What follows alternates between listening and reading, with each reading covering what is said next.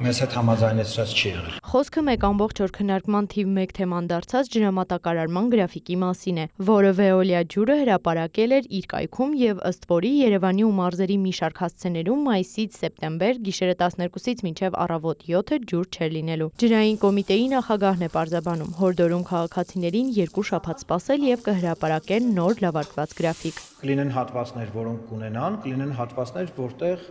գիշերային որոշակի ժամերի անջատումներ կլինեն, բայց մենք աշխատում ենք այն ուղղությամբ, որ այդ անջատումները չլինեն գիշերվա 12-ից առավոտվա 7-ը, այլ օրինակ լինեն գիշերվա ենթադրենք 2-ից 5-ը։ Այսինքն ըստ նոր գրաֆիկի էլ ջրանջատումներ լինելու են, բայց դա չի լինելու Veolia ջրի հրապարակած ռեժիմով։ Աշխատում են, որ ջրանջատումների մաքսիմալ տևողությունը լինի 4 ժամ։ Հասցեներ կլինեն, որոնք կունենան 24 ժամյա ջրամատակարարում։ Հասցեներ կան, որոնք ենթադրենք հիմա նշած է 21 ժամ, իրանք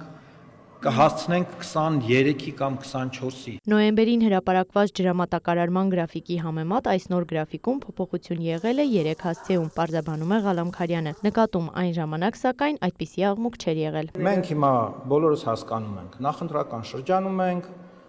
նման թեմաները, այո, ոմանց կողմից օգտագործում են, բայց մի բան հստակ է։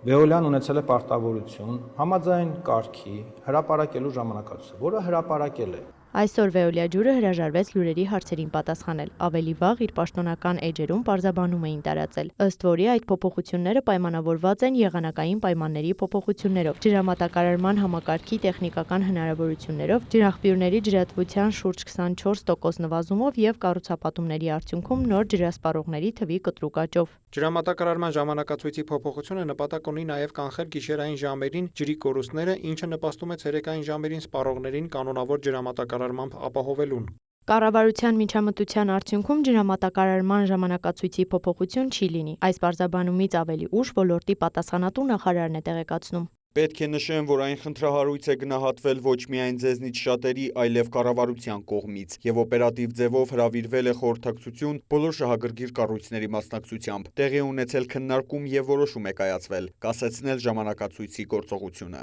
Veolia ջրի նշած խնդիրների հետ համաձայն է նաեւ պատասխանատու գերատեսչության ղեկավարը։ Ինքն էլ է նշում, ամեն տարի շուրջ 45% ջրի կորուստ են ունենում, իսկ կոնկրետ Երևանի դեպքում բազմաթիվ նոր տնտեսավարողների ու կառուցապատման ահռելի քանակ կա։ Դեպի Երևան մղվող ջրի մերձակայքում, այսինքն այդ խողովակաշարերի մերձակա գյուղերի բնակիչները, Երևանի բնակիչները, Երևանի արվարձանների բնակիչները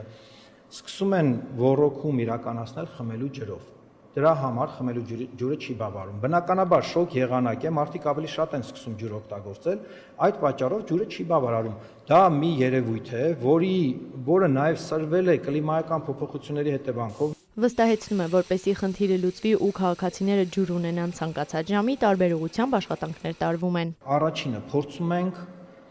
բարեփոխել հենց ոռոգման համակարգը,